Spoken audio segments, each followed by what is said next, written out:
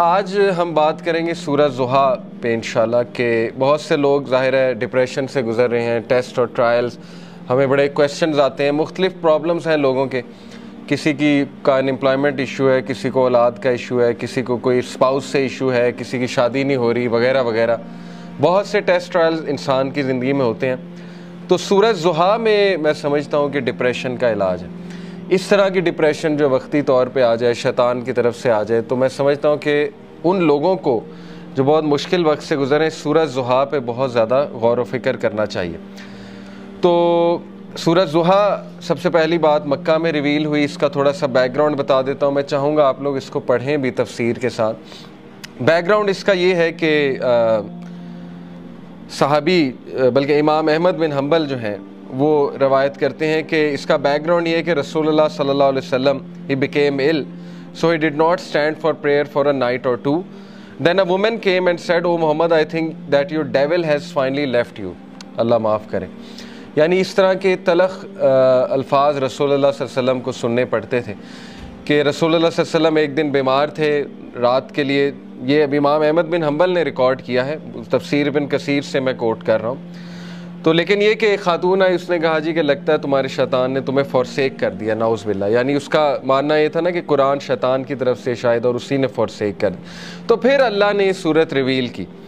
دوسرا بخاری، مسلم، ترمذی، نسائی، ان میں بھی یہ ریکارڈ کی گئی ہے حدیث، اور یہی ہے ان سب کا ویو کہ یہ اس موقع پہ ریویل ہوئی جب اللہ کے نبی صلی اللہ علیہ وسلم بہت غمگین تھے، اور اللہ کے نبی کو یہ لگ رہا تھا کہ یعنی لوگ کہہ رہے تھے نا کہ اللہ نے تمہیں فورسیک کر دیا، بلکہ یہاں تک کہ اللہ تم سے ہیٹ کرتا ہے، یہاں تک بھی ظاہر ہے کہ لوگوں نے کہا۔ تو بہرحال آئیڈولیٹرز جو تھے مشرکین، انہوں نے بھی یہی کہا کہ لگتا ہے محمد کا جو اللہ ہے، جو خدا ہے، اس نے محمد کو نعوذ باللہ نگیٹ کر دیا ہے، یا محمد کو جو ہے وہ چھوڑ دیا ہے۔ تو یہی ہے شروع کے الفاظ سورہ ضحیٰ کے، پڑھتے ہیں اعوذ باللہ من الشیطان الرجیم، بسم اللہ الرحمن الرحیم۔ وَالضُّحَىٰ وَاللَّيْلِ اِذَا سَجَا، قسم ہے آفتاب کی روشنی کی، بائی دا فور نون، آفتاب کی روشنی کی قسم ہے، وَاللَّيْلِ اِذَا سَجَا، اور قسم ہے رات کی جب وہ چھا جائے۔ وَاللَّيْلِ اِذَا سَجَا سے مراد ہے by the night when it darkness, مَا وَدَّعَكَ رَبُّكَ وَمَا قَلَىٰ، نہ تو چھوڑ دیا تجھے تیرے رب نے اور نہ ہی وہ تجھ سے نفرت کرتا ہے، نہ ہی وہ ناراض ہے تجھ سے، نہ ہی اس نے چھوڑ دیا ہے تجھے۔ Your Lord has neither forsaken you nor hates you. وَلَلْآخِرَةُ خَيْرٌ لَكَ مِنَ الْأُولَىٰ، and indeed the hereafter is better for you than the present، بلکہ آخرت تیرے لیے بہت بہتر ہے اس سے جو دنیا میں کرنٹلی تیرے پہ چل رہا ہے۔ تو دیکھیں 4 لیسنز اخذ ہوتے ہیں سورہ ضحیٰ سے، بڑے پاورفل 4 لیسنز انشاءاللہ جن پہ میں آج روشنی ڈالوں گا۔ سب سے پہلے یہ پہلی 4-5 آیتیں سامنے رکھتے ہیں اور پہلے لیسن کو ہم سامنے رکھتے ہیں۔ سب سے پہلا لیسن یہ ہے کہ ایون رسول اللہ صلی اللہ علیہ وسلم غمگین ہوتے تھے، ٹھیک ہے نا؟ تو it's okay to be sad.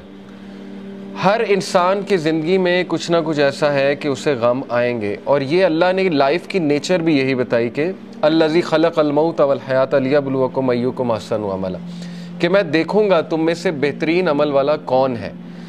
تو اللہ کے نبی صلی اللہ علیہ وسلم وہ اتنے غم کی حالت میں تھے کہ اللہ تعالیٰ نے باقاعدہ گارنٹی دی کہ نہیں، آپ کو فورسیک نہیں کیا اللہ تعالیٰ نے، کیونکہ ظاہر ہے وہی بھی رک گئی تھی کچھ عرصے تک۔ تو حضرت جبرائیل کو مس کیا کرتے تھے اللہ کے نبی، پھر وہ روحانیت کو مس کیا کرتے تھے، تو ظاہر ہے اللہ سے اب کوئی رابطہ ڈائریکٹ نہیں ہے۔ پہلے حضرت جبرائیل آیا کرتے تھے، تو سوچیں کہ کتنا وہ ٹف ٹائم ہوگا ہمارے نبی پہ۔ تو سب سے پہلا لیسن یہ کہ ایون پروفٹ صلی اللہ علیہ وسلم واز سیڈ، ٹھیک ہے، it's okay to be sad.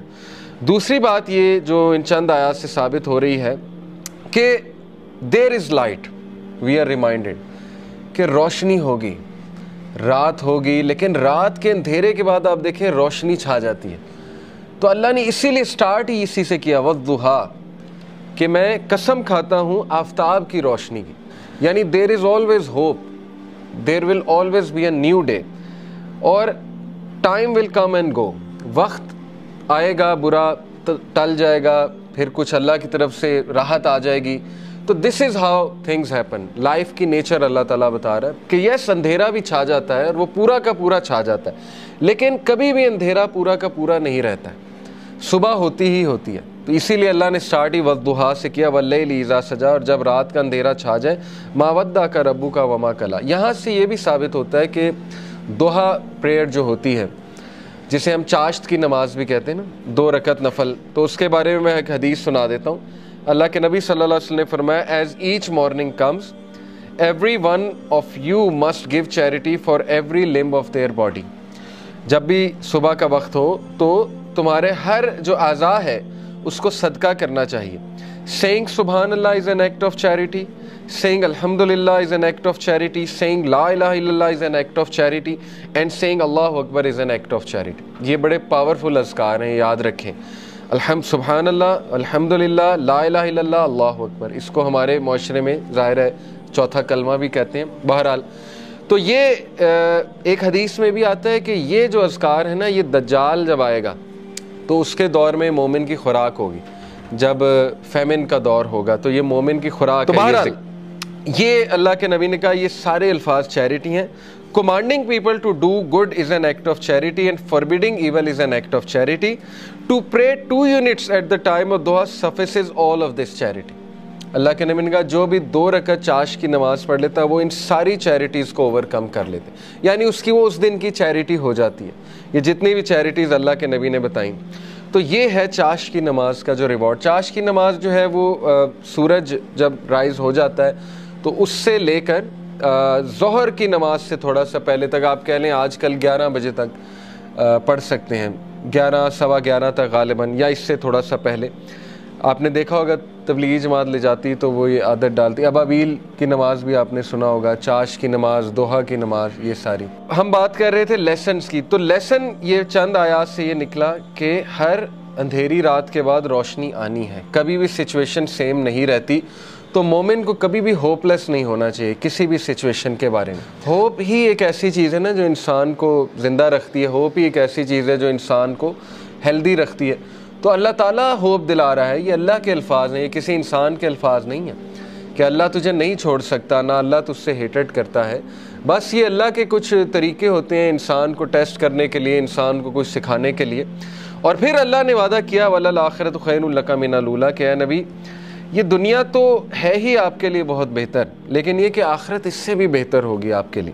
تو اس دنیا کے جو غم ہیں، اس دنیا میں جو ٹیسٹ اینڈ ٹرائلز ہیں، وہ کہیں آپ لوگوں کو اس غم میں نہ ڈال دیں کہ میری زندگی میں اتنے پرابلمز کیوں ہیں، کیونکہ یہ دنیا کی زندگی تو ہے ہی بہت ٹیمپرری۔ اصل میں آخرت کی زندگی ہے، وہاں پہ آپ کا ریوارڈ جمع ہو رہا ہے۔ اور پتہ نہیں اللہ کے نبی کو تو اللہ نے کتنا دینا ہے۔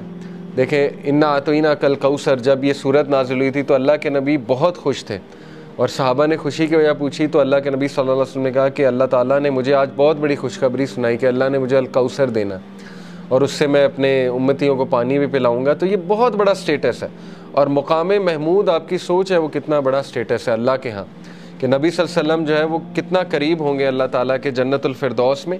تو اس لیے مومن کے لیے دیر از آلویز ہوپ۔ اگر زندگی میں کوئی کمی رہ جاتی ہے، کچھ مل جاتا ہے، کچھ نہیں مل جاتا ہے، تو مومن کبھی بھی ہوپ لیس نہ ہو۔